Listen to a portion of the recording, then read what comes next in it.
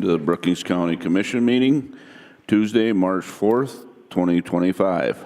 We'd start the meeting. Would please stand for the Pledge of Allegiance. I pledge allegiance to the flag of the United States of America and to the republic for which it stands, one nation, under God, indivisible, with liberty and justice for all.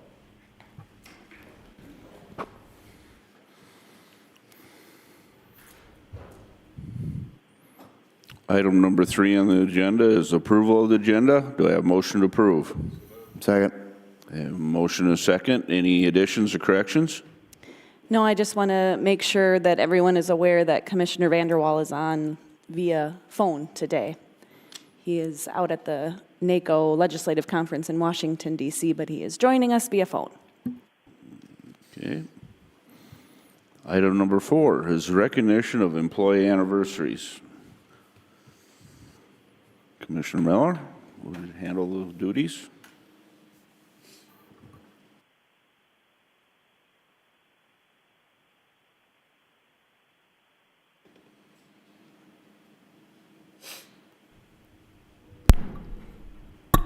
All right.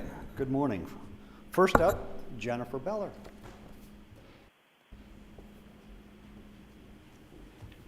Good morning. We have a certificate of appreciation is presented to Jennifer Beller on the 4th day of March 2025 by the Brookings County Commission in recognition of 10 years of dedicated exceptional service to the Brookings County Finance Office. Thank you. All right, got you. All right. Next up, Dwayne. Good morning, Dwayne. Morning. How are you doing? I'm grateful. How are you? Good. Certificate of appreciation presented to Dwayne Walbert on this 4th day of March 2025 by the Brookings County Commission in recognition of 15 years of dedicated exceptional service in the Brookings County Sheriff's Office. Sir? Thank you. 15 years. Yep. Good job. Michael Anderson. Andreessen, sorry. I even practiced up there. That's a common mistake. Yeah. Well, I'm old, so be patient with me. So, certificate of appreciation presented to Michael Andreessen on the 4th day of March by the Brookings County Commission in recognition of 10 years of dedicated exceptional service, Brookings County Highway Department. Thank you. Thank you. All right. Jana, bring that beautiful smile down here.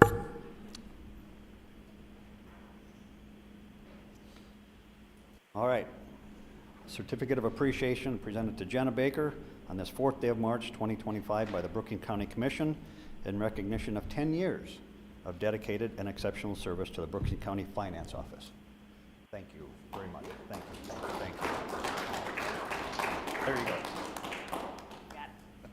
All right. Richard.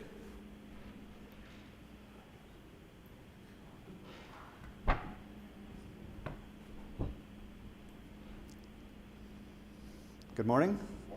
A certificate of appreciation presented to Richard Haugen on this 4th day of March 2025 by the Brookings County Commission in recognition of 20 years of dedicated exceptional service in the Brookings County Development Department. 20 years. Congratulations. Yeah. Okay. Thank you. Kevin Murfield.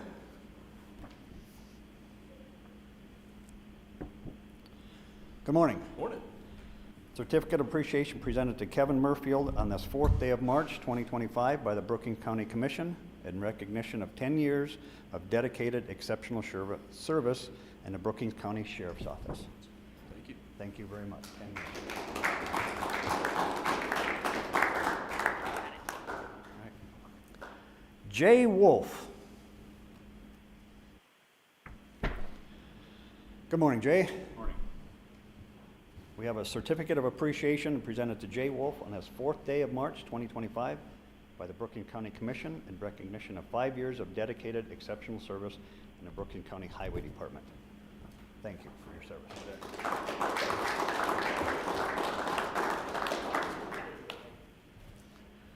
All right, and the last one, Kimberly Larson. That's right, she's not here.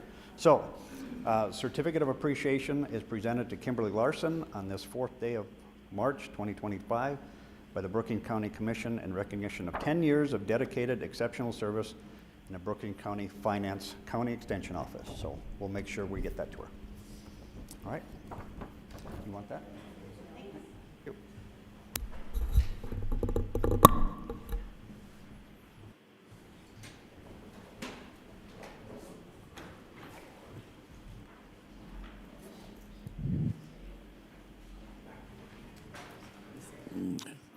Item number 5 on the agenda is an invitation for a citizen scheduled time on the commission agenda for an item not listed.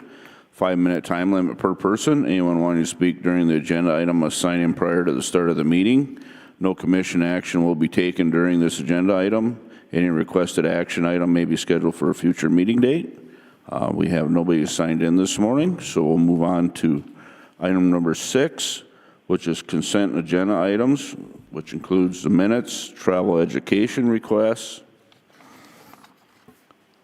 personnel action notices, cellular authorizations, and human services report. Do I have a motion to approve? So moved.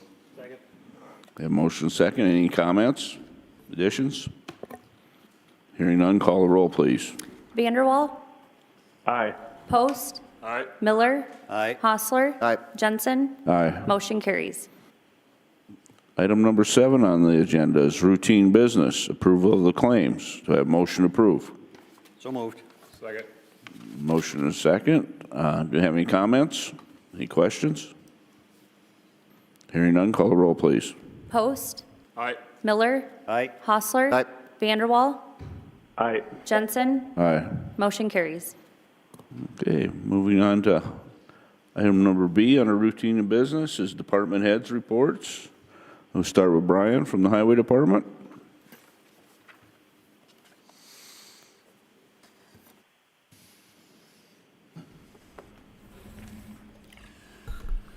Good morning. Good morning, Brian. One update I wanted to get you guys updated on is we worked collaboratively with 16 other counties to perform our striping bids once again. As you can see, Sir Lines a Lot was the low bid.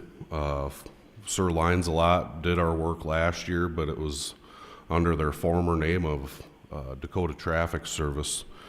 They branched off and sold the company to their former employees.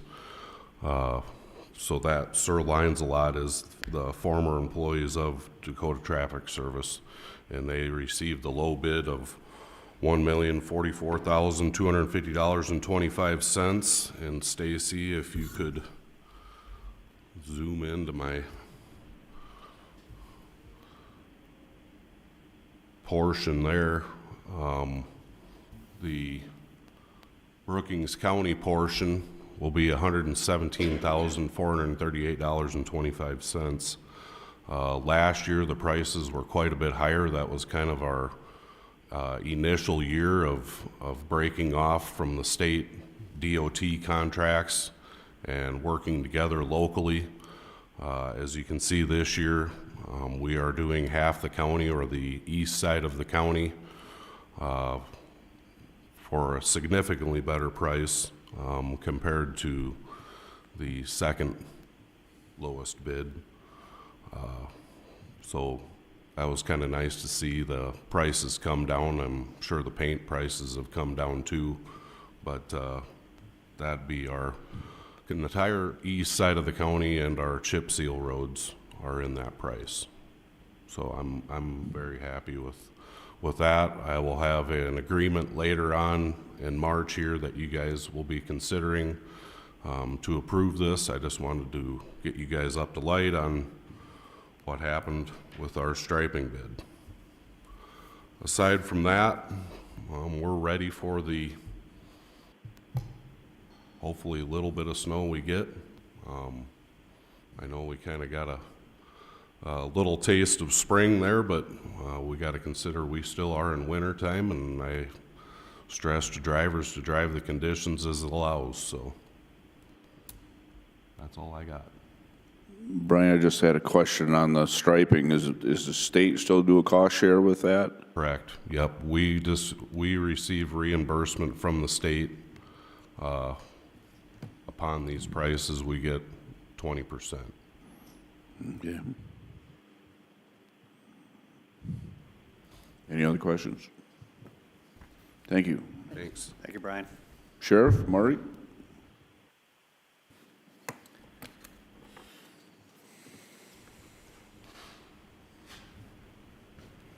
Good morning.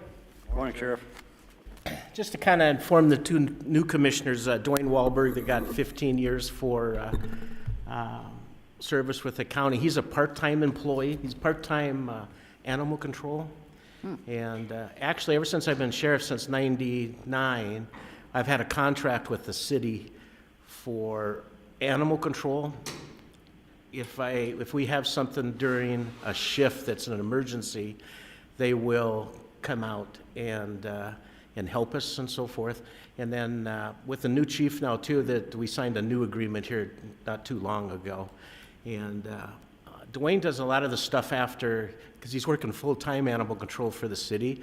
So if things can wait, he'll handle something after 2 o'clock. Like if we have a dog bite, the deputy will follow up on it right away, get the information, we give it to Dwayne, and then Dwayne follows up to make sure the dog has its rabies shots, and usually have to impound the animal for 10 days, and he makes sure that if there's a home impound, he'll check on that and so forth. So he does a good job. He works at the Humane Society also, because we had to, one time in a small town, we had to confiscate a bunch of animals, and he worked with the Humane Society that took them and so forth. So yeah, so he does a good job, takes some relief off the deputies. So just got to explain that a little bit.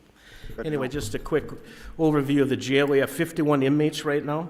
32 of them are our inmates, and then 19 of them are other inmates. The U.S. Marshal Service has brought 10 in, and they plan to bring 5 more, so we'll have a total of 15 here shortly. So far, contract housing income is $144,765 that we brought in for out of county housing. 24/7 continues to stay busy. Civil process is staying busy. The last couple of days received a lot of civil process papers. Other than that, the only other thing is just to kind of mention, and I mentioned that at the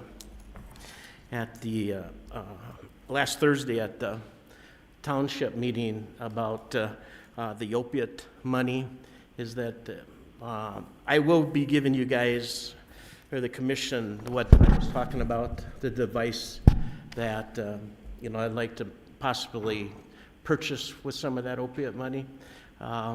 Just for example, I ran some quick statistics, and I didn't break them down to agencies because it doesn't matter, but probably the city brings in the most. It's what I'm calling protective custody, involuntary holds, alcohol, chemical dependency stuff, is that so far this month, or I should say so far this year, they have,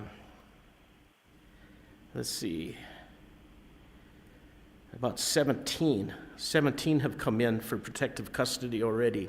And what protective custody is, sometimes they're charged with a crime, but when they come in, they can bond out on the crime, but then they're held for the protective custody. So it's either alcohol hold or until they're sober, to see if what their mental status is and that. And so that puts a lot of pressure on my staff and so forth. So that's what I'm looking at, is that we're getting a lot more of those type incidences.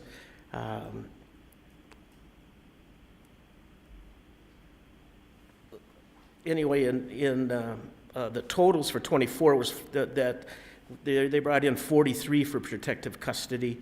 In 2023, 43 for protective custody. And in year 2022, 24 came in for protective custody.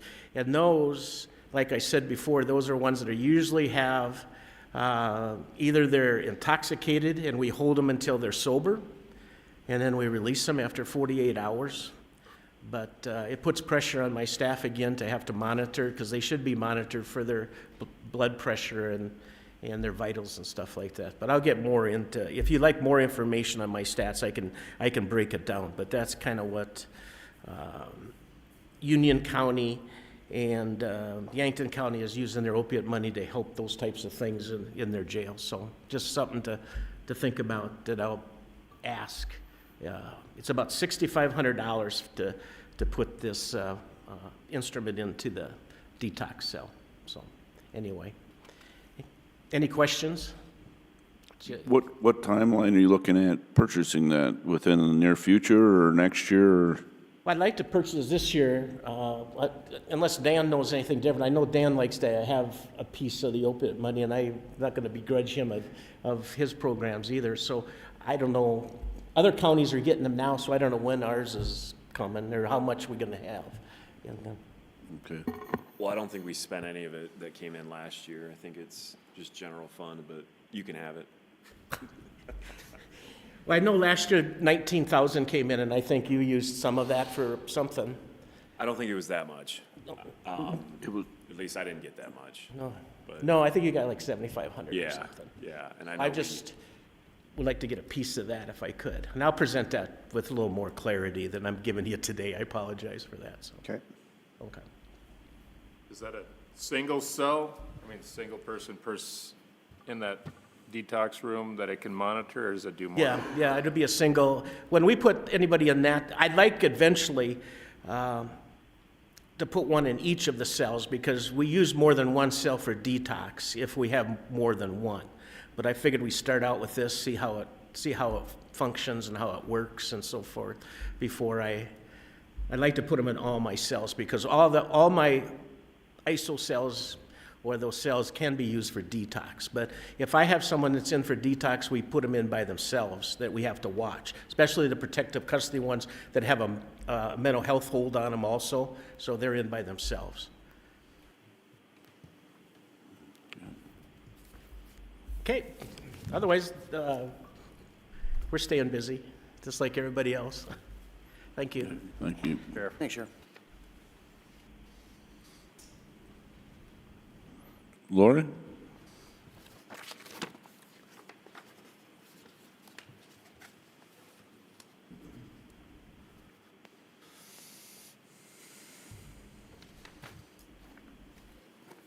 Good morning. Good morning.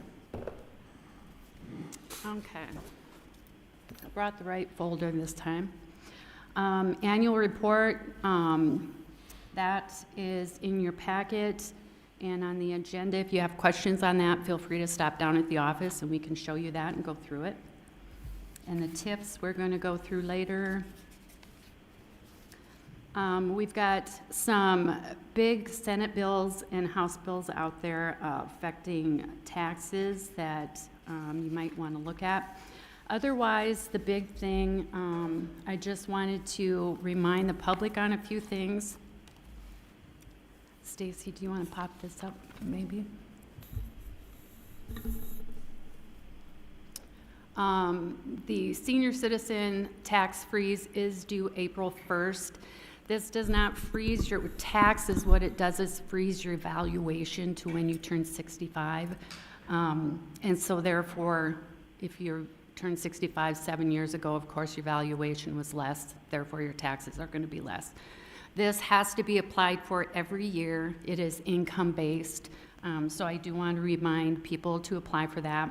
We do send them out. If you applied last year, you will automatically get the application in the mail. So there's that one. There's also a disabled veteran and surviving spouse. I don't know a lot about that. It's run through the equalization office, but I know they would be glad to answer any questions on that. And then if you've been watching our Facebook page or anything, we do have new plates available. The first one is a habitat conservation plate, kind of a nice change from what we've had. This one, the decals, You do not have to put the decals on, but the decals that are available for this can only go on this plate. You can't put an SDSU decal on here. You would get fined for that. So that's available. I also found out yesterday that we have these available. I think it was 2 years ago, they recalled a lot of firefighter plates from retired firemen, and that upset a lot of people. So now we have the retired firefighter plate, the Legion of Merit, and the EMS plate. So those are nice options. Applications for those can be found on that 605 drive, or they can get those in our office, and the plates come from Pier for those. And this is just the 605 site. You can do a whole lot of things there, get permits, start your paperwork for a transfer, get the paperwork for disabled parking, all kinds of things. So with the new 605 drive, I'm going to have to stop title transfers at 4:30 in the office due to how long it's taken to do everything. Treasurer's offices around the state are in an uproar. I was pretty wound up this morning about it. I got a lot of emails last night from different treasurers. They are just beside themselves with the extra time that it is taking to do everything, the extra paper. Cottington County is closing their office at 4 p.m. Brown County, no titles after 4:30. They're closing to the public at 4:45. Grant is closing at 4:30. It goes on. They're all closing early. I don't want to close our office early, and I don't intend to do that.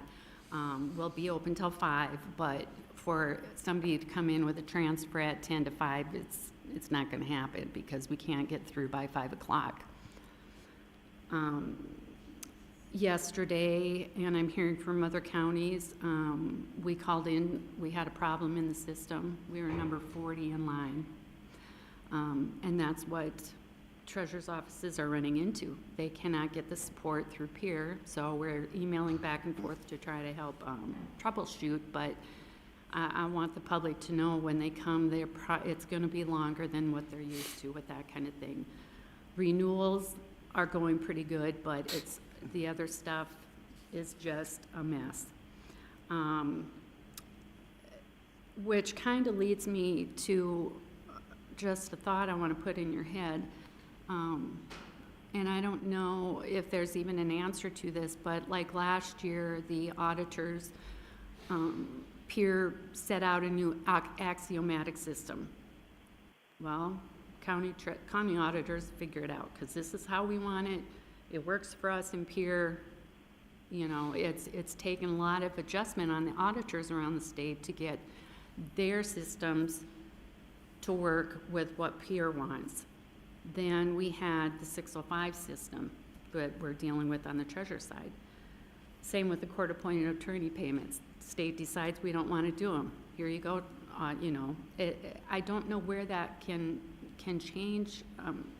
Things run downhill. We're downhill, but I kind of think there should be a little bit of counties being able to say, this is affecting our workloads and our personnel, and you know what I'm saying? I kind of just think there should be a little more discussion from them. Otherwise, that's about all I have. There's just a lot of frustration in the treasurer's office right now. So expect delay if you come with anything besides a renewal. But the new plates are kind of a nice, refreshing thing. Good option for some people. Yeah. That's all I've got. Okay, any other questions? Thank you. Thank you, Lori. Joe, would you like to come forward?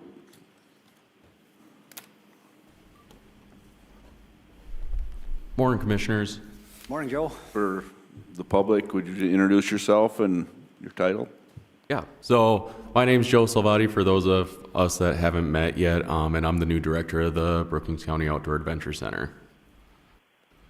So we'll just get started. First off, I want to say what an honor it is to be here. I've been overwhelmed by how impressive the staff I have at the OAC is, and then also our RSOs. They've been awesome. Lisa specifically has been catching me up to speed.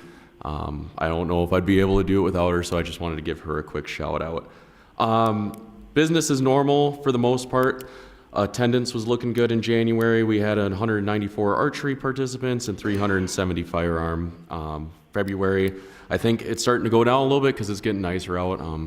We had some days in January where folks could probably shot outside, which is unusual for South Dakota. But in February, we had 146 for archery and 300 for firearms. We did have some events in both January and February.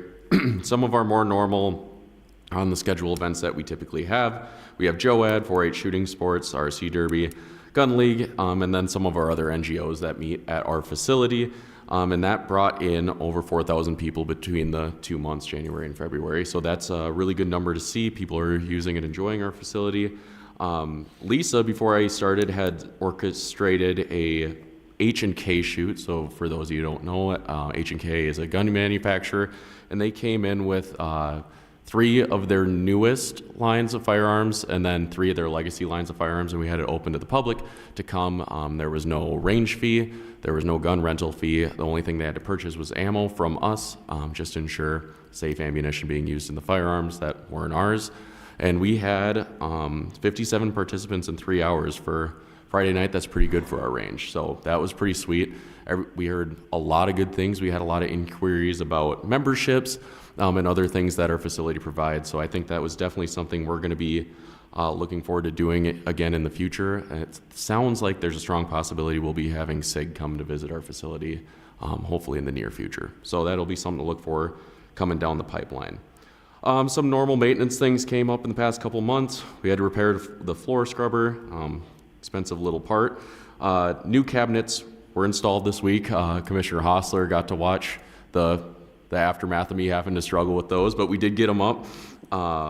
We had to replace a motor in the handicap door, sounds like is a fairly normal fix for us. We put a larger one in this time, so hopefully that will prolong the life of this one. We were able to use GFP grant money to switch the dynamic filters in the range. If you don't know, they just filter the lead out much more efficiently, and they last a lot longer than normal air filters. And then we were also able to use that money to move and add key cards to the new GFP offices, and then one of the kitchen. We were able to save, I want to say, like $1,600 from the original quote from just moving one that we weren't using as much. So that was great. Some things looking forward. We need to mine the lead out of the backstop. We have lead kicking back about 1/3 of the way in the range, just that lead residue, just because it's getting so full. So that's going to be a higher priority during our slower season in the summer. I was impressed with how full it got in 2 years, but that just means the range is being used, so that's a good problem to have. And then, depending on budget and how much the mining of the lead costs, we'll be looking to resurface the range. If you've been in there, or the archery range, sorry. If you've been in there, it's pretty scuffed up to maintain the professional appeal that people in our community come to expect from using our archery range. We'll be looking to resurface that, and it hasn't been resurfaced yet. So I think that will probably be something we'll be looking at to do hopefully this summer. And then also, after talking with some of our RSOs and then looking back at our firearm rental history, we're going to be looking to phase out some of our older firearms and just trade them in to get some newer ones that are kind of more on par with what the public is wanting to see and rent when they come into our facility. A couple other things that'll be coming down. You guys will have a contract coming across this meeting to approve for our new instructor. We're really looking forward to that. Jacob with Warrior Monk has been great to work with so far. And with that, we were able to add 9 new classes to our schedule for the community to sign up for. So for the community, you can find those at our website, and we'll also be posting them on the Outdoor Adventure Center Facebook. We'd love to have you guys out. Any questions? Joe, the surface in the archery range, is that a paint or is that an epoxy? So they have to strip the coating, it's like a clear coating down, so they have to completely strip that and then resurface it. So it's like a clear coating on the cement there. I do have a quote for that I can bring the next time, but that is They're going to add the paint this time too, so we don't have to constantly keep retaping the lines as they get pulled up. We've had to retape a couple times, and that's a few hours each time we have to retape. So, yeah, but it would be more like a clear type coat. Okay. And it's been several years since we've resurfaced that, so. Yeah. It's been used and it's probably time. Yeah. Still looks good, but it could definitely look better. Good? Thank you. Thank you, guys. Thanks, Joe. We do have a scheduled 9 o'clock item. It's a public hearing and action to approve resolution number 25-16, a supplemental budget resolution. Do I have a motion to approve? So moved. Second. I have a motion and a second. At this time, I would like to open the public hearing for comments. Is there any proponents? Is there any proponents? Okay, is there any opponents? Is there any opponents? Okay, I'd like to close the public hearing. Open the comments from the commission. Any comments from the commission? I put some explanation in my staff report. If you have any questions, I can go into that if you'd like me to. What's that? If you'd like me to go into any detail on those things, I can. I'd put that all in my staff report. Probably the one thing to note is the Samara Avenue project. That dollar amount is kind of what's left to pay for the initial banner contract that we had for Samara. We have been getting paid back 50% of those costs from the city of Volga. And so between that 50% of those contract costs, we do have $500,000 also going to set aside in commission projects for Samara. We have about $358,000 then left to obligate yet for our $1 million kind of obligation to that project. So Okay. something to think about. Okay. Is there any other questions or comments? Call the roll, please. Miller, Aye. Hostler. Aye. Vanderwall. Vanderwall. Post. Aye. Jensen. Aye. Motion carries. Okay. Aye. There he is. Couldn't get off mute. We'll go back to department head reports. Richard.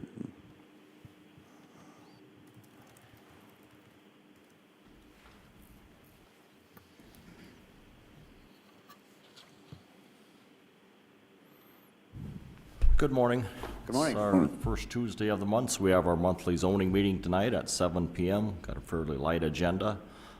Things are kind of picking up. Everyone's getting spring fever, giving out some building permits, so Mr. Hill should be back in the office on Thursday, I believe. So that's all that I have. Okay.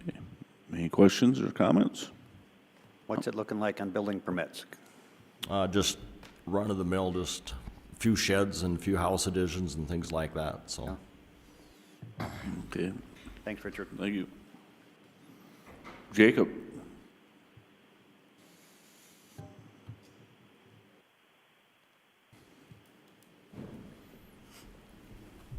Good morning, Commission. Morning. Morning. First on the agenda here, just for the listening public, the assessment notices are out. Our office has been fielding a lot of inquiries on the values. We've been staying busy with that. The appeal deadline for local board of equalization is Thursday, March 13th, with the meetings scheduled to be held the week of the 17th through the 21st. For those that appeal directly to county board, if you're a property owner that resides outside of the jurisdiction in which the property being appealed sits, you can skip right to county board. Our meeting is scheduled to be held on Tuesday, April 8th, with the deadline to appeal Thursday the week before on April 3rd. That being said, the next update for you guys is that We're talking about finalizing the 2025 assessment and going through the appeal process. With the nice spring weather we've had a little bit of here in the last 10 days or so, my appraisal staff is getting the itch to get out of the office and get in the field. We're scheduled to review, as Department of Revenue requires, our records every 7 years. We completed the north half of the county as far as the township improved properties went last summer. We're working on the south half this summer, so postcards have been mailed to property owners in the south half of the county starting yesterday.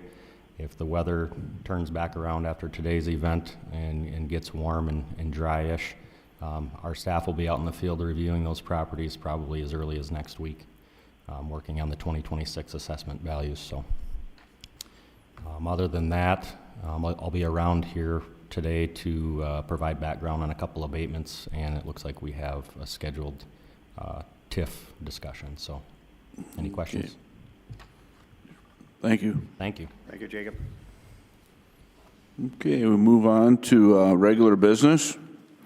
Action approved resolution number 25-17, a resolution authorizing the purchase of corrugated metal pipe, bridge materials, grader blades, based upon the price established through the County of Beetle, South Dakota, bid process. Do I have a motion to approve? So moved. Second. I have a motion and a second. Any comments? So a little background on this. I'm sure you guys are well aware that Huron is the location of True North Steel, and which is right across the road from the Beetle County Highway Department. As always, if we do get a truckload of culverts, we do get free shipping, or if we have to go out there and get our own. But if we do order a truckload of culverts, we do get free shipping, so those would be the prices. It's worked out well in the past. I don't know how much better of a price we could get, obviously, because their highway department's right across the road. So just a little background on that to help you guys make your decision. Okay. How much increase over last year prices? Very little. Very little. I think it was in the cents compared to last year. Okay. Any other questions? Call the roll, please. Hostler. Aye. Vanderwall. Aye. Aye.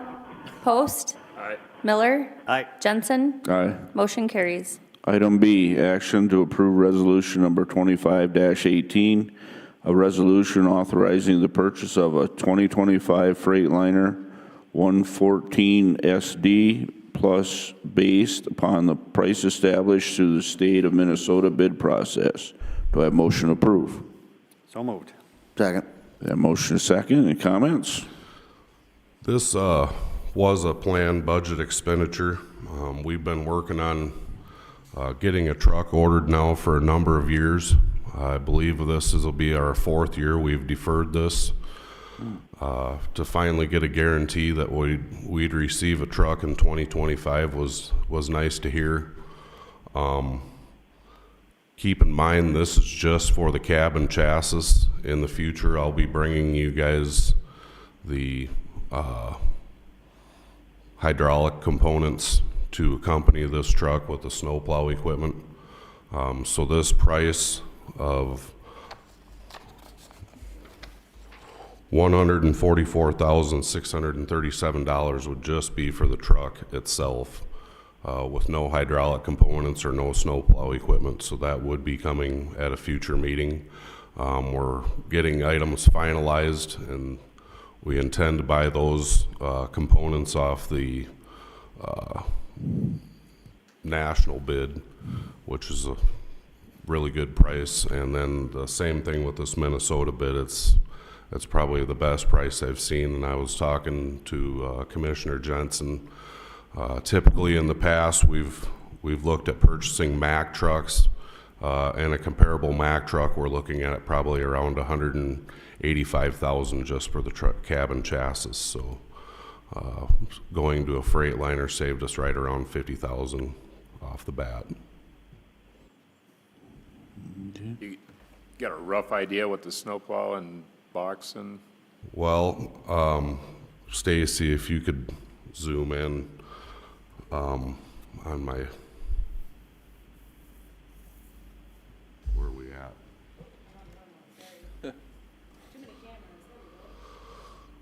This is what was presented last June to the commission. I have roughly $400,000 per set aside for the purchase of the snowplow, dump truck, semi truck. I think we're going to be under that amount, I hope, but that's what I had budgeted, if that answers your question, Doug. The components of the truck, the hydraulic components, they add up awfully fast. We intend not to purchase a box, but we're kind of still up in the air on that. So that could be a big fluctuator, right around $30,000 just for the box. The last truck that we purchased, it's got a components system to where you can remove the box and put a fifth wheel plate on, and remove the fifth wheel plate and put a sander on it without the use of a box. So it's a component style chassis that it's called a Kaibata system, and it's a series of wedges that hold the components on the truck. There again, you know, compared to a semi truck to where we can't use during the winter for snow plowing, this gives us the ability to have a snow plow truck and a semi truck, so we can use it year round. So I guess if you guys would like to come out and see what we put together out there, we do have one example that we did purchase a few years ago. We're having very good luck with that. But there again, it's a truck that we can use year round, and it does serve the department very well. Ryan, you had said that you weren't going to buy a box for that. Are you reusing the current box? That's the intention of the component system. I wouldn't necessarily, we have enough dump trucks around. You know, we need a semi-tractor. You know, compared to just a dump truck and a pup, when we can pull a belly dump or a side dump, we can haul double what you could with just the box. Got it. But that's a little bit up in the air yet. We haven't finalized our final end product to present to you guys yet, so we're still working on that. This would just be to get the truck ordered, to know that we can order the components for the truck. Okay. Okay, any other comments? Call the roll, please. Vanderwall.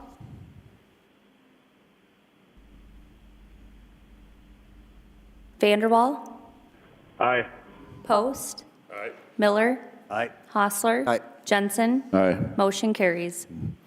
Item number C, action to approve agreement number 25-26, an application for occupancy of the right-of-way of county highways made by Sioux Valley Energy in Oslo Township. Do I have motion to approve? Move to approve. We got a motion and a second. Any comments? As mentioned in the last meeting, there's going to be quite a bit of electrical work coming up. This is a overhead replacement with underground south of Volga on County Road 5. Okay, any questions? Any further comments? Hearing none, all in favor signify by saying aye. Aye. Pose same sign. Motion carried. Item D, action to approve agreement number 25-27, an independent contractor agreement between Brookings County and Warrior Monk Academy, LLC / Jacob Little and Natalie Widener, a firearms and safety instruction and training company. Do I have a motion to approve? So moved. Second. I have a motion and a second. Any comments? Yeah, so the purpose of this contract, hopefully well, not hopefully, we've already been able to schedule many times more programs than what we were able to in the past, so just give more opportunity to our community. Also, in the contract, the payment plan is just a little bit more consistent on both parties. So instead of the high fluctuation of if it was a small class versus a large class, that pay rate for both parties should remain relatively equal. So we'll just see a lot more consistency there. Should just be a little bit easier for us to navigate. Okay, any questions? Adding any new classes with that, Joe? So, not so much new, but we're going to have more of classes that we may have had a lapse of in the past that we've been receiving a lot of questions of. So we'll have a lot more of our basic pistol classes, and it's been a long time since we had an RSO certification, so we're going to see that coming as well. So, yeah. Okay. Question, Dan, have the Attorney's Office, have you reviewed this? Okay. And this came about because of a previous person, the class frequency and things like that, and they kind of just are going a different way, and Yep. we needed to fill our stuff. Right. So this just came about that just a difference in what we were looking for in our contract instructor versus the previous one. And so this is just the route. So this will be the only contractor we have at the OAC. Call the roll, please. Post. Aye. Miller. Aye. Hostler. Aye. Vanderwall. Aye. Jensen. Aye. Motion carries. Item E, action approve abatement number 25-04, an abatement application made by Prairie Hills LLC for parcel number 40473-00300-000-10 in the amount of $4,342.89. Do I have a motion to approve? So moved. Second. I have a motion and a second. Comments? Yeah, I support the approval of this abatement, and the reason being is a year and a half ago when the permit was issued by Brookings City to start construction on the PP8 senior living facility down on the corner of 20th Street South in Madera, the lot that they were going to build on was not platted out of the parent parcel at that time. And what happened in that shuffle is the partial complete construction a year ago on that senior living facility, that value was added to the parent parcel, owner of Prairie Hills LLC. They should not have been taxed for that construction project. So we would abate that amount today for Prairie Hills LLC and then work with the finance office to do an added tax for that same amount to PP8 Senior Living LLC. Okay. Any questions or comments? Hearing none, all in favor signify by saying aye. Aye. Aye. Opposed, same sign. Motion carried. Item F, action approve abatement number 25-05, an abatement application made by Heron Cove LLC for parcel number 40960-11050-232-15 in the amount of $615.41. Do I have a motion to approve? So moved. Second. Have a motion and a second. Any comments? Yeah, this abatement relates to, if you're familiar with where Heron Cove apartment complex is, just to the north of that on Western Avenue, the Mills family bought essentially what was a dilapidated residential property last summer, and they removed all structures on that property on July 9th of 24. So what we're abating is the taxes due on all the structures from that point in time through the end of the year. Okay. Any questions? All in favor signify by saying aye. Aye. Aye. Opposed, same sign. Motion carried. Item G, action approve the low bid of $460,960 to Casker Concrete Incorporated of Sioux Falls, South Dakota for structure and approach grading, structure number 06-320-118. Do I have a motion to approve? So moved. Second. Second. I have a motion and a second. Comments? I have Banner and Associates here accompanying me to explain this. I'll let Colin take it from here. Yeah, so this is structure 06-320-118 on County Road 35, kind of between 207th Street, 209th Street. A couple years ago, we applied for a bridge improvement grant for replacement, and were successful. We just opened or put out for bids and opened bids last Tuesday. We received 10 bids, which is very good for this type of project. I had figured we'd come in around 550, and several of the bids were right in that range. And then we had a group of 3 that were well below that, with Katzer being the lowest. I have not personally worked with Katzer, but I did speak with DOT project engineer out of Sioux Falls, who recently watched them perform work, built 2 box culverts on US 18, gave a great review of them. I know other people at Banner have worked with Katzer more on their flat work crew down in Madison last summer, and again, they said that they were good to work with, more proactive and reaching out and asking questions rather than just doing the work and figuring it out later. So with where their bid is at, I would recommend that we award the project to Katzer. Any questions? Thank you for the letter of recommendation and researching the company also. Any other comments? It's one of these things that I'm always interested in, is when we've got local companies that are bidding, if it's even legal for us to possibly be going after a local company for an in-county company that wanted to do this project, or if it's, what the status is there. It just seems like we could give preference to local if we wanted to. Sometimes it's not feasible, but. Yeah, I think my understanding of bid law is we need to award it to the lowest responsible bidder. So in order to reject the low bid, we would have to have standing to say that Katzer is not a responsible contractor or responsive. And based on what I found, we don't have that. So it would be, if you chose to award to Timmons, Katzer would likely come back with a lawsuit, and you would need to defend that. So. Is there somewhat of a pre-approved list with the DOT on? Yes. So when we bid this, we did request that they are pre-approved for small structures, but we do allow for contractors to submit qualification forms if they're not on the pre-approved list. Timmons is not on the pre-approved list. However, we bid a box culvert last summer, and they were the low bid. They submitted their qualifications, and we recommended to award to them anyway. Katzer, they are on that pre-approved list, so I would, based on all that, I would still stick with Katzer, I think. Mm-hmm. What's the process to get on that pre-approved list? I'm not 100% sure. I think the contractors need to have, and this is the South Dakota DOT's pre-approved list, sorry.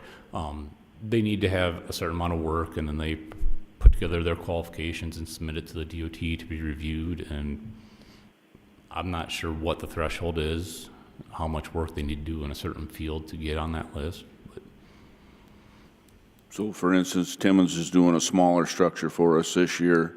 If they get that structure completed, they can probably submit that to the state, and the state could review that, and they'd probably qualify for the list. I don't even want to say yes or no, because I'm not sure how that list works. But that's possibly how it works. Yeah, I would guess that that's how that works, yes. Yeah. So, okay, any other questions? Hearing none, all in favor signify by saying aye. Aye. Aye. Opposed, same sign. Motion carried. Item H, action to approve a request to fill vacancy for an ATV driver in the Weed and Pest Department. Do I have a motion to approve? So moved. I have a motion and a second. Any comments? This is just the seasonal ATV driver for the weed department. This is a budgeted position. Okay. Any other comments or questions?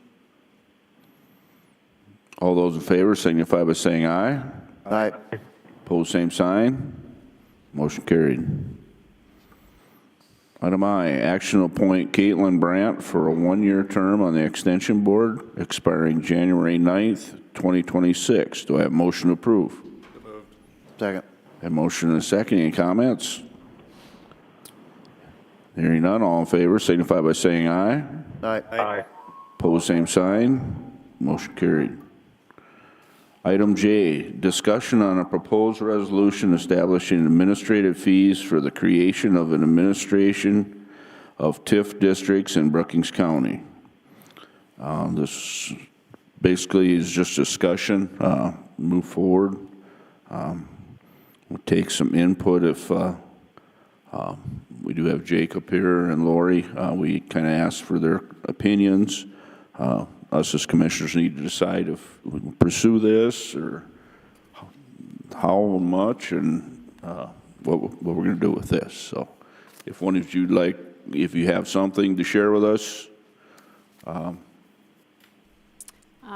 We pretty much provided any information we could. We couldn't be very definitive on the charges because they're kind of all over the place and it's relatively new to the state. It is provided in law that we can do these charges. Hopefully what we provided can kind of give you some guidance, but unfortunately not direct you too much. Yeah, I understand. Jacob? Okay. Look to the commission. What are your thoughts on establishing a fee, or if not establishing a fee, or? I guess I had a question. In looking through some of the documents you provided, I'm trying to get it to zoom for me on my computer here, but were those annual charges per TIF, or was that a total cost? I think there was a number in that $700 range and a $1,200 range that you had.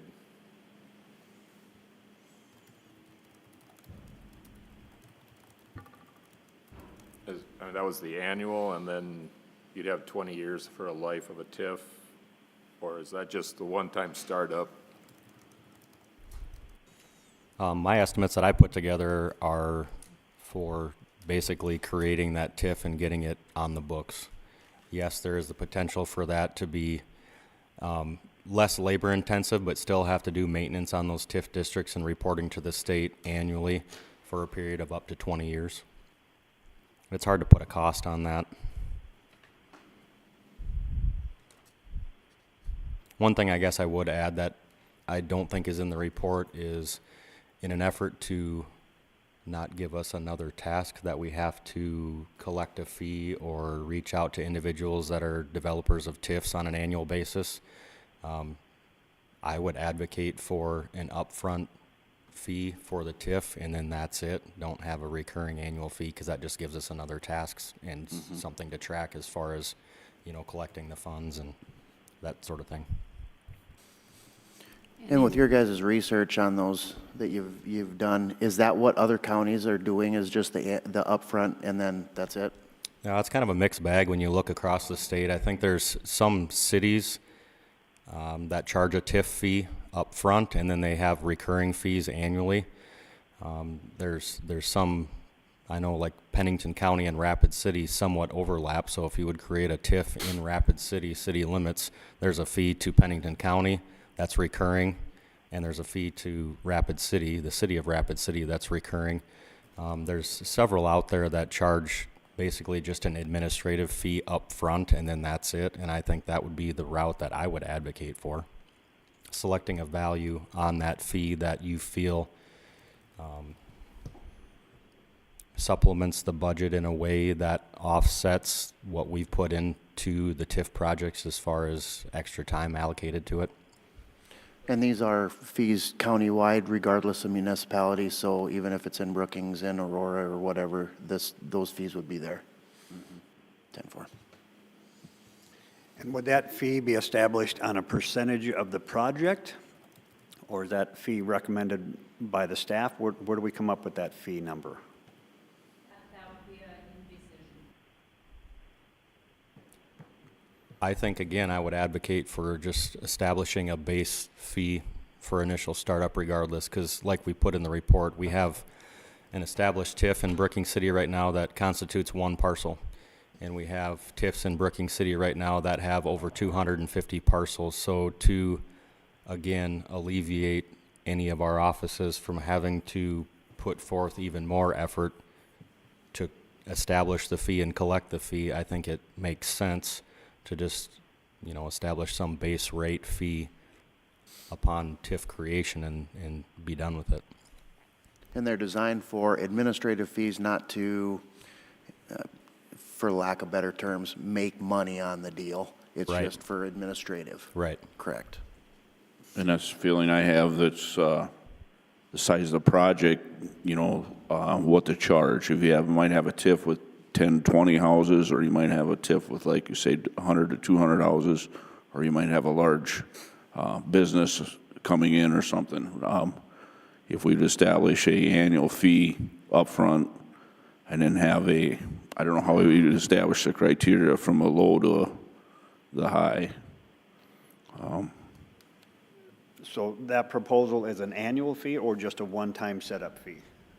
One time. I would like a one-time fee, but it's not my call. Commissioner Vanderwall, do you have any input?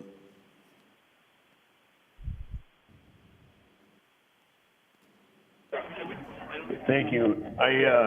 The one-time fee makes the most sense to me, that we're not looking to create more work for our departments. The one-time fee is what I think it'd be a good idea. And just for clarity, when you're setting that up, the one-time fee, is the amount of work that you do the same for one lot versus 215 lots? Yes and no. I mean, we still have to go through all the procedural steps to create that district, so it reports separately to the state, and so the taxes can be collected and distributed in a different fashion than your normal property that's not in a TIF district. However, if you're, having to dissolve a TIF that includes one parcel, you don't have to go through a lot of time and effort to calculate the growth. You just take the increment value less the base. But if you're doing that for 250 parcels, the work increases exponentially. Mm-hmm. So maybe you could establish something on a sliding scale of if it's a $50,000 project versus a $50 million project, you Right. establish a fee based on that cost of the project. And this is just for discussion today, but it's food for thought that we kind of look at. I think we kind of. Or work involved in 50 million versus 50,000 though either, as far as what our staff is actually putting in. That dollar value doesn't necessarily translate to more filings. The more work is the amount of parcels in the TIF itself, not the total cost of the projects. Yeah. One thing that you maybe want to be clear to is if we're writing a resolution related to this fee, when establishing that sliding scale, there's a couple different values that you can look at. You can look at the project cost according to the developer, or you can look at what we would value that property at based on what's real estate and accessible. They're two different numbers in almost every case. I think we somewhat agree that it's be a one-time upfront fee. Seems like We that can kind of makes go from that. the most sense. There is some logic to tie it to the value of the total project, but if it's a one-time fee, then you don't have to recalculate that every time. But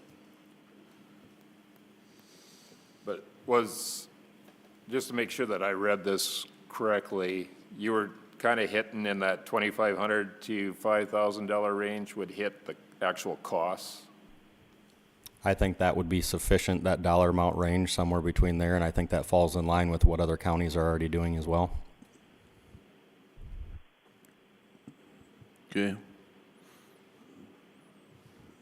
We can talk about it, but we got a good start anyway, so. Yep. Thank you for the input, Lori and Jacob. Move on to item number 10, Commission Department Directors Report. Just as in kind of an FYI, at the end of 2024, we had just over $184,000 left over in that interchange project budget line in the highway fund.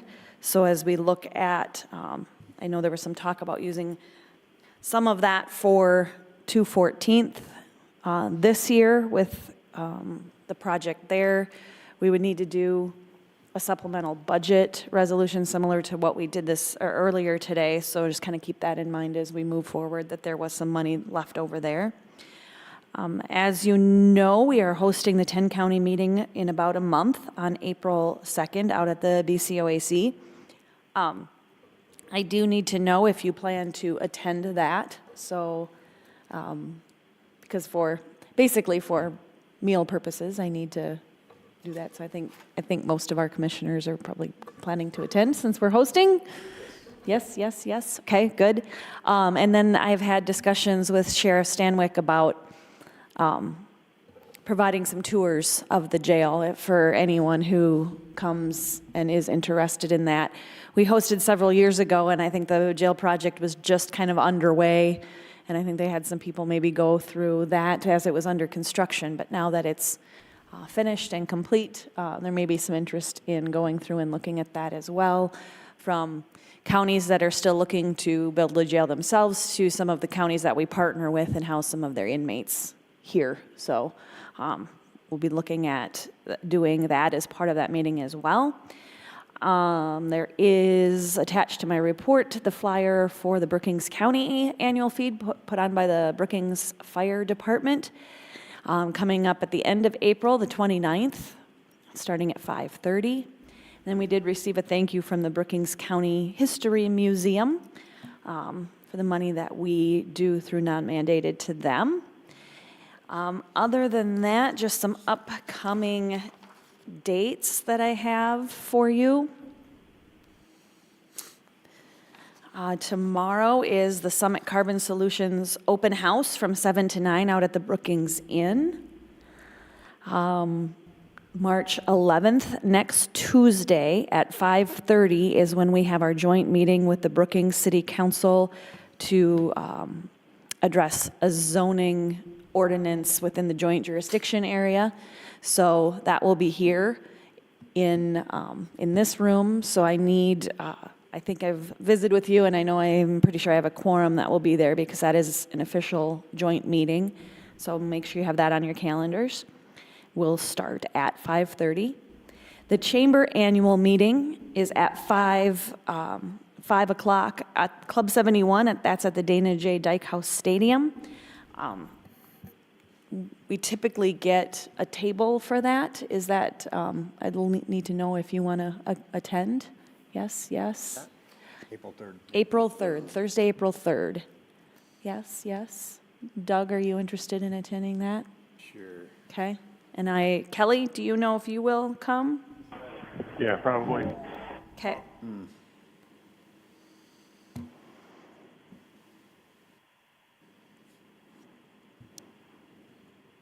Okay. And I'll look at probably getting a table and then trying to get that table filled up. So shouldn't be too much of an issue there. A special meeting that we have on Tuesday, April 8th is equalization boards. You convene as the Board of Equalization. That is at 8:30 on Tuesday, April 8th. Make sure that's on your calendars. I think there's a few of you that I know are going to the spring workshop out in Pier. I think we've already registered for that. So I think Commissioners Post, Miller, and Jensen are all attending that out in Pier. Probably leave sometime after equalization boards that Tuesday, and then the conference is Wednesday and Thursday. I think it wraps up about 3 o'clock Thursday, 3 o'clock. Friday, looking out a little further, April 18th, that is Good Friday, and offices do close at noon that day. And then, of course, I've already mentioned the Brookings Volunteer Fire Department annual feed. That's all I have, unless you have some questions for me. Any questions? State's Attorney's Office report. Commissioner reports and discussion items. Commissioner Vanderwall. Thank you. I am at the national, county commissioner meeting in Washington DC, and I'll have more to report when I get back. Okay, thank you. And Mr. Post. Yes, on February 22nd, I attended the pipeline safety training, and on the 27th, we had our towns and townships meeting in conjunction with the weeds board, and then yesterday we had our extension meeting. So, Okay. Commissioner Miller. Thank you. On the 19th, I attended the Brookings Economic Development Board meeting. Very interesting. On the 22nd, I attended a legislative conference. And on the 24th in the morning, I met with the staff from the BEDC, Victoria and Stephanie, and they very informative, explained what they all do. The evening of the 24th, I went to the board meeting for the behavioral health, got a tour of their new building. It was a fascinating board meeting to see what they all do. It was a very impressive building. They wanted to make sure that they passed on their gratitude for the support from Brookings County for that facility. I think they're going to be able to serve a lot more people. Nice facility. On the 26th, I went to the Beta board meeting. And on the 27th, the Brookings Town and Township meeting and the weed board. Good. Commissioner Hostler. Yeah, on the 19th, I attended the BEDC board meeting via Zoom as I was traveling. And then that afternoon, also the Chamber's weekly legislative update via Zoom. Got a update and notifications of what is going on out in Pier over the week. On the 21st, we had the BCOAC H&K shoot that Joe referenced. I stopped out there to see how it was going. It was, like he said, there was very well attended, and they're going to be having more events like that down the road. On the 26th, the pipeline response training out at the Swiftel Center, Dakota Bank Center, sorry. And then on the 27th, the Towns and Township Weed and Pest meeting out at the OAC, which was a nice little meeting with good food for the meal. And then on the 28th, over here in 300, I attended the Economic Development Merger Committee meeting. That's a every 2-week meeting, and learn the process of that, merging the four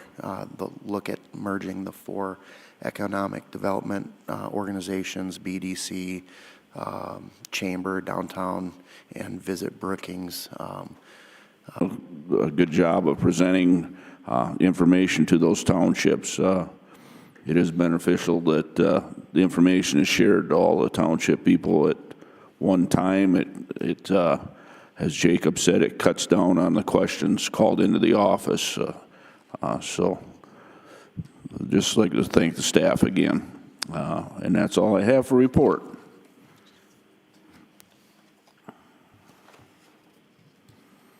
But now I'd like to go to item number 13, executive session in accordance with South Dakota Codified Law 1-25-2, parentheses 1 and parentheses 4, personnel and contract negotiations. Do I have a motion to enter? So moved. second. I have a motion and a second. All in favor signify by saying aye. Aye. Opposed, same sign. Motion carried. Kelly, we're going